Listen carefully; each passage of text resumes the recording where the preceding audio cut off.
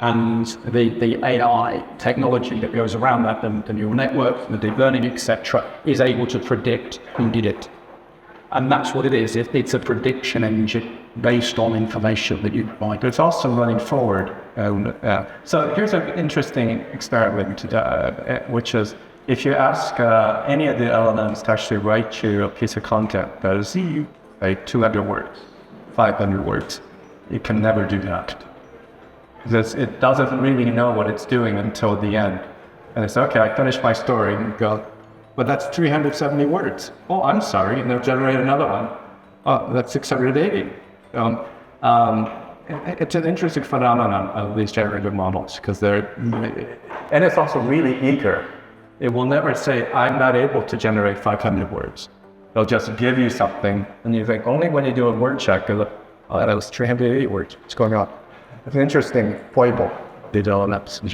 One of the things that's interesting about generative AI, and particularly something like ChatGPT, is probably people's first tangible interaction with an AI engine. Because prior to that, it's always been something that's non-corporeal, back-end, hidden underneath the surface. When ChatGPT came onto the scene with quite some noise, I think that was the first time that people saw that this could generate something that made sense to a certain degree in the way that we interact with each other as humans. And I think that's where a lot of the noise came from. Is people look at this thing and they go, wow, that sounds like me. Yeah. And all of a sudden, then it's humanizing the technology. That in itself, I think, is probably where a lot of the noise came from. So I think it's interesting the way that these AI models have been discussed, and one framing is that these models are creating a world model eternity, right? So it's fundamentally different to how existing or previous AI mechanisms work. But you can see the extension of that. It's effectively the same as having some, depending on the context, some student, some researcher, some of the assistant, who has this capability that is very, very similar to our capability, depending on what you say. I mean, I think we would all trust these more with our data than with AI, right? There's been, you've heard of the recent data breach there. And it's a completely different situation where when you know that your actions are actually being trained on language models. And we've had customers saying that in the early days, they put some of their corporate data into it, and they're alarmed when some of their data were regurgitated back, right? So, for instance, at our company, you cannot use ChatGPT for business. We have our own ring-fence model that we use internally. We know where the data goes, we know how to control it, so and so I think that we're in the early stages of trying to regulate this and understand it, and we were kind of surprised recently when we got a new customer. Their contract came with an entire AI security section for the first time, which we thought, yes, finally, yeah. You should, if you're doing contracting, by the way, you need to add that. Good luck for you. I mean, now you got the business you need to do, and the GDPR stuff that you need to comply with, InfoSec stuff. You need to add an AI security section. If you're interested, I can give you a template. To add to that speed at which this industry is moving, AI agents will become personal. They'll be able to be run on the edge devices. They become so compact they could be in your mobile phone. I mean, we're not there yet, but to expect that these AI agents will become personal over time. And we'll actually, pretty much be there with the new eyes coming out, right? And I think it's interesting if you play that forward, that privacy will become less of a concern, because I think it will move to the edge. I think it'll move on device. So all of the data will be in your own personal LLM, and it might just be queried, right? Or it would query out. So instead of everyone collecting all the data to get the most complete picture, they just query your LLM. That's right. So the individual then has to become their own data processor and data governor, etc. And this is where I understand it from a technical perspective, but as a person, I find that really complicated. I have enough trouble working out who I've just subscribed to on my email. So the idea, I get it, but the idea of then knowing that I've told Visa that you can approach me like this, but I've told you guys that you can approach me like that, you do it becomes hellishly. Well, the new iOS, it's going to be setting a standard. We'll see how that works. Because for most tasks, like asking Siri questions, it'll never leave your device, which is really nice, right? And then they'll say, would you like us to consult ChatGPT or GPT for your question? And you can opt into that, which I think is the right way. Right. And the idea is that you have your choice. So Apple has been on the forefront of that privacy data issue, and I think it'll be really great to see how they implement it across all their devices. Yes, and kind of to your point. So let's bring this into the travel industry. Is Gen AI starting to be used by travel companies for, let's just start with like routine work such as programming? How's it being used? Yeah, so we've been using it for a while. So there's no aspect of our internal operations, including development to marketing. So we, for instance, Gen AI. So, but two biggest Gen AI is image and video generation and the large language models. So it's really a relief to say we can create our own, no more stock images, no more paying whoever these people are that used to pay to use their images. So every single piece of content we generate has unique imagery, pictures. There's no aspect of that doesn't touch it. I'm not sure the travel manager has same method of that. Yeah, that's so I would say if we ask the other question is how has generative AI impacted the way you run your business today? If you're a buyer? Yes, not that, and right. And it's actually interesting why that's the case, because you would have thought, certainly in the OBT world, that we would have it already, right? If you think of the nearest use case to ChatGPT would be some sort of virtual agent booking your travel, right? Yeah, you would have thought that. But no TNT, no OBT as that. And I call it the cat porn problem, which is the following, which is, if you ask ChatGPT 100 times, write me a poem about cats, you'll get 100 different coins. So you get the idea, right? To actually control it well enough to get the exact itinerary of your program at your prices, et cetera, reliably every time is actually hard. Okay, so would you say that that's based on the GAIs from an infantile nature, if you think of the large language models as they stand? Because if you're getting different answers every time, I think one of the challenges you have if you're going to write a chatbot or something that has, maybe leans onto the large actions where they can actually go and do something on the back of the interaction. So if the interaction's time is not consistent, then the outcomes themselves potentially will not be consistent. And that, if you're looking at user experiences, can be a challenge. But you're absolutely right.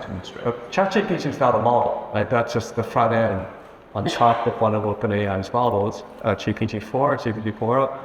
And the thing is, it's hard to even count how many. It's a 10 to the 25. So any mathematicians in grade school, that's a big, long number, right?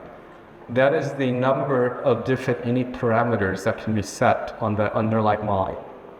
10 to the 25.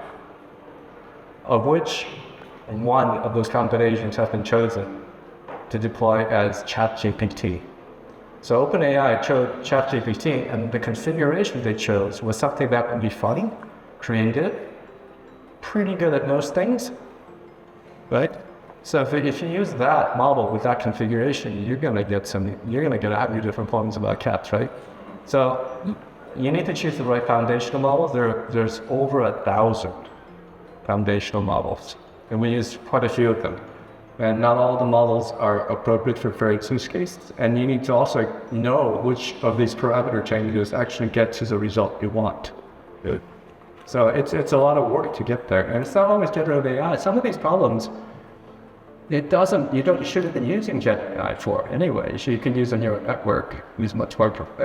So on that note, what's interesting is how we transform from the BERT models to where we are today with GPTs, is that not only predicting the next word from a mathematical statistical standpoint, there is reasoning and memory that you're able to add, and obviously then there's people that add technologies to RAG systems. So there are technology and methodologies that need to help improve the process.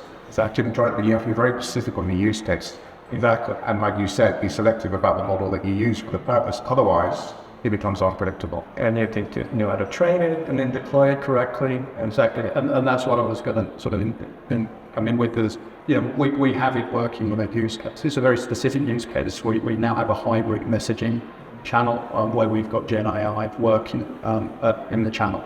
But we're using it to collect the data, the key travel data points that we will then pass across to a travel counsellor at the right moment to then complete through, because those large action models have explicit yet to do the whole thing. I think what's really cool about this is that if everybody remembers when things started to go like online banking, when you would phone them through, right? You get your press 5 and you get the robot Scottish woman saying, your call is important to us, or whatever it was. That was just sort of this sequence of robotic answers. And the first is a sort of the chat interactive to have a website, a little slide out thing that says, hi, my name's Andrea, can I help you today?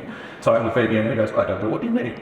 It's quite prescriptive and sequential. People disengage with that quite quickly because no one wants the same question in the same sequence. It was one of the things about people, about humans, is that we are naturally creating variables. So when you talk to an agent, that conversation is different each time, and it feels wholesome and real. If you're applying the large language models of those which have so many variances, if it's the balance between having something that is different every single time, potentially to be nonsensical to a point, against the balance of having a prescriptive sequence of following of the information, creating something that is actually meaningful out of that people can interact with, that doesn't make them either feel like they're in a sequence or talking to some crazy sort of hallucinogenic robot, it is a very difficult balance to strike, particularly with the large language models where there's such huge scope. There's smaller language models might be more applicable to the travel industry, where you don't have quite such a wide capability inside of the machine. But what I think is evident is that a solution will be found to that problem. This is a growing and not a fundamental problem of the machine itself. And I think that is something that's really important. I think it's actually been solved. I mean, it's just, you just need to do the work. You just can't slap your app with an OpenAI API and say, okay, I have AI. It takes more work than that. Yeah, I was just going to add, I think, two things. The first is that, having this kind of innate variability in models is actually a benefit, not kind of some detraction. But I feel the reason that you mentioned, but also that because you can get more functionality out of some kind of 10 steps that have to be taken in whatever order. And the second is that if you have to have that replicability, like if you have to say, I need the format to be in this, the data to be responded in this format all the time, full stop. That can be done today, and it is being done today successfully. So you can have both the broad and narrow use cases and have the benefits both, and just tailor it to the use case. And it's just done through any simple concept. And it's interesting that you talk about that, because that's one of the learnings that we've had through using, I think, Lucid and Gen AI from SNA, is actually the user interface work is less than we were expecting it to be. So we have put in buttons that we've used in the past that actually we're moving those away, because people are quite happy to talk and write in text or in sentences. And it also frees them up to change their mind halfway through a process at different points without having us to start again. So we're actually rethinking how we're going to deploy it. So it's an experiment. Yeah, there's a dichotomy, which is for an anonymous user or someone who's not really an expert, you want it to be as conversational and inviting as possible. Yeah.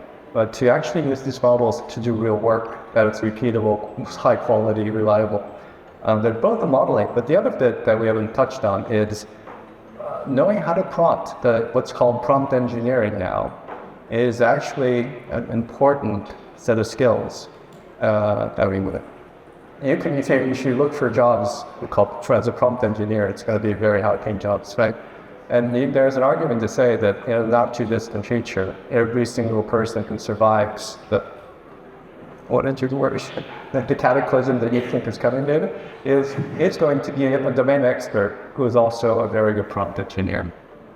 I would specifically, kind of going off a piece of trust. One of the issues with TMC as far as is you have to have this exactly right before you're going to really deploy anything, correct? Because I was on the phone with ECE yesterday, and they were talking about they've done, and this isn't necessarily generative AI at this point, it's kind of running, emails through, they've gone through, I think, 11,000 emails, they said. And I think out of those, 1,000, I think were identified as people who wanted to cancel their trip. So when they actually looked at it, I think all but maybe 17 of those were actually people wanting to cancel the trips. That's a pretty high percentage rate of, 99 point whatever percent. But for the 17 people who would have just had that trip canceled, if this was a generative AI thing that just stepped in and canceled it without an agent looking at it, that would have been a disaster for 17 times over. So it has to be perfect for It does sound about that. So, and our presentation, the number of challenges that we're servicing, it's very, very complicated. And so we have to be very specific about what we're trying to achieve. But rather than taking action, we are then triaging it and putting it into the right work basket for the right route to work through, so that we can channel work to the most proficient teams. The ideal will be that, at some stage, the large action models, it will take a decision as well, but then that's going to take an a lot of testing. I think that this is something that you could look at the way that AI is being used in medicine, for example. Right? So you can have the analysis of illness and so on done by AI, but the final rubber stamp of which medicine are value approved is, I would like that to be done by a person, please, by a human. Well, that's for the trust, but eventually it is trust, but also you could make the existing doctor pool much more efficient by allowing most of the pre-triaging to be done by the AI. And I think the statistics have shown that people are actually more honest with the machine than they are with the doctor themselves, because there's no judgment. If I go to the doctor and said, how many beers did you have last night? I'd be like, well, just a couple. So looking for cancer on MRIs and mammograms. And it's that project. So the question is, at what level are we willing to hand it over? They're already 10x more accurate than humans. So to your example, maybe 17 is probably not a big sample size. If we're 1,700, let's say, what is the percentage that you would willing to live with that AI gets it wrong? Because surely, maybe if it's 10x more accurate than a human, we'd say that's pretty good. So Tesla's FSD, the self-driving, the stats are it's about 10x better at avoiding accidents, etc., than humans. At what point, which I'm going to say that that's actually good enough to turn into full FSD, whatever you call it. And because nothing will be perfect, to your example. I think that is a challenge that I think we have to overcome as people, is that we do expect machines to be perfect. And what I was talking with some peers last week, and it's the challenge. When we take in new starters and new employees, new team members, we know that they will make mistakes as part of the learning process to gain levels of proficiency. But then when you flip that across to an AI employee, which is essentially where we're looking to go, and it is like having a new starter, I think you talked about it yourself, we're expecting perfection every time. And I understand why, but I think we're going to have those conversations at enterprise level and at industry level to say what degree of error are we willing to tolerate. In medicine, that's probably lower than it is in travel, but yeah. So Kyle, I wanted to talk specifically about what you're doing at Visa. So, especially since we know that innovation generally starts in the B2C world before it kind of trickles down to the B2B world. So what's the potential that you see for AI in the personalization of customer service, and what you're already doing with Visa and what's coming up? So there's a lot of stuff going on, right? So I think there's been and there will continue to be an increasing trend of personalization across the next decade. And what generative AI allows you to do is be hyper-personalized, right? So even now you can have really, really good context about an individual, not only about kind of the what, but also the how and the when and everything else. So you can have a really clear picture around that person and that time. Moving forward, I think we're all going to have our own models here, our models. But in Visa, what we're doing is we are using generative AI by itself but then also alongside our predictive models, right? So to give additional context to those predictive models so that you can, like we can better service our customers, right? Which will be kind of travel partners or corporates or whatever the case. And right now, our clear use case is just on the kind of consumer selling side is providing signals of intent. Right, so we already do that. We already have some products to do that. But adding in a whole bunch of data that would not be added in before, so you can have that like really detailed side. If we look at things more explicitly like customer service, I mean, Klarna has done that, not studied, they actually just did it. I mean, they have this massive kind of increase in every metric that matters. I think we are going to see more and more of that, but again, because of the nature of generative AI, it will have that personalization aspect. So when we get more comfortable on how to do these things properly, we will then be able to have it access your data, do things on your behalf, which you don't necessarily need a large action model for. Might just need some confidence that what comes out is right. And you can fully manage the journey almost on the customer's behalf.